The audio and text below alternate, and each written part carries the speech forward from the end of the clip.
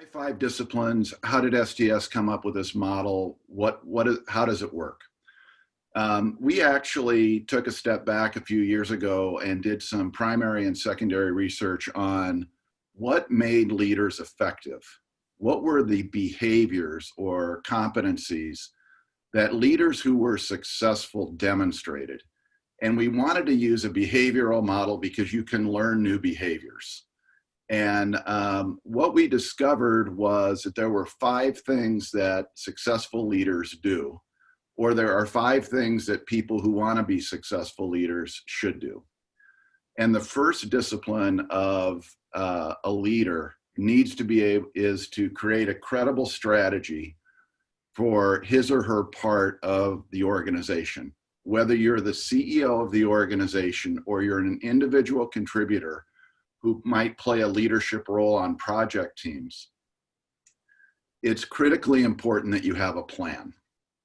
And when we say credible strategy, what we're talking about is setting priorities, creating plans that move beyond a function and that elevate the likelihood of success of an organization. And strategy is a word that gets kicked around a lot. It sounds like a big word. We try to keep it simple and just say strategy is the logic that moves your organization from point A to point B. It's why you want to do it, what you're going to do, and how you're going to do it. And the most important part of leadership and creating credible strategies is also being able to articulate what you're not going to do. And we're going to, and if you have questions about this, Ben's more likely because he's the PhD and has a deeper knowledge in statistics. But we've actually validated this through both primary and secondary research that people who don't have plans will fail as leaders. So you have to have a plan. So we anchor on creating a credible strategy. The next four disciplines, we have them in an order, but they can be in any order that you want. But our research and our beliefs show that you need to start with a plan. Logically, if you have a credible strategy, a plan, then the next step is to build and develop winning teams. You need to organize, create an org structure, create a framework for the strategic imperatives that need to get done, what we call big rocks. You need to organize those big rocks in a way that makes logical sense for the organization so that someone can look at your org structure and say, oh, this org structure makes sense because of the strategy or the plan that you've created. And once you've set up your org structure, then you need to put people into the right boxes.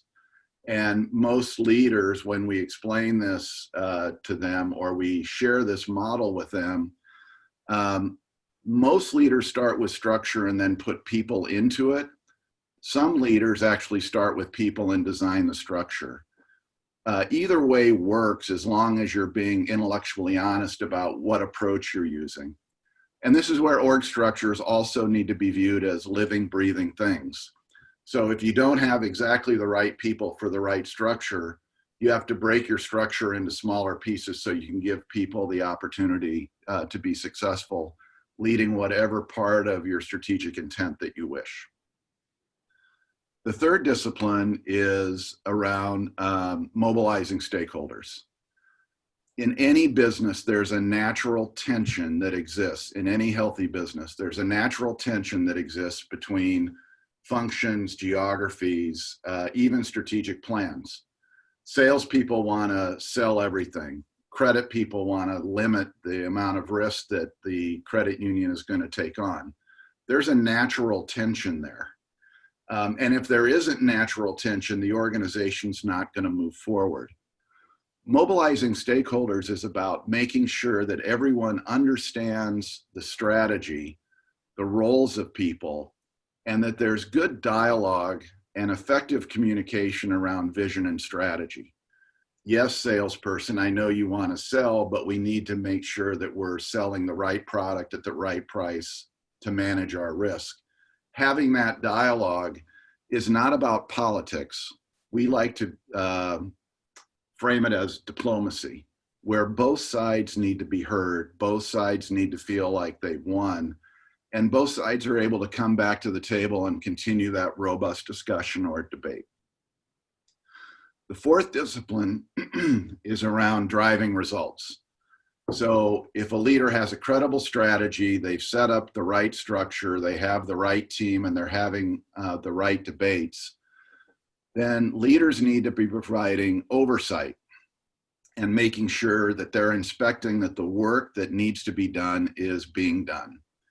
And that involves setting expectations, allowing debate with the person who you're delegating to, delegating, holding people accountable, focusing on results, and being transparent. So leaders will inspect the work. They'll do business reviews or functional reviews or performance reviews. And it hinges on tying the expectation of what you need that function, that person, that group to do back to your strategy, and then holding them accountable for delivering results. The final discipline is evolving the business or change. You'll recall that I said that we proved through primary and secondary research that you have to have a credible strategy if you're going to be successful as a leader. We are halfway to proving that you need to have a change agenda if you're going to be a successful leader. In fact, part of strategy is forward thinking and looking out the windshield, anticipating change. Leading change is also part of what leaders need to do. So the 5 disciplines are create a credible strategy, build and develop winning teams, mobilize stakeholders, drive results, and evolve the business. We had a lot of questions when we rolled this out to clients, mostly around, isn't org structure and talent management, aren't they 2 different things? And shouldn't there be 6 disciplines? And through discussions with clients, including key credit unions that we consult with, the realization came that those 2 are so interrelated that it just made sense to have 5 disciplines rather than 6.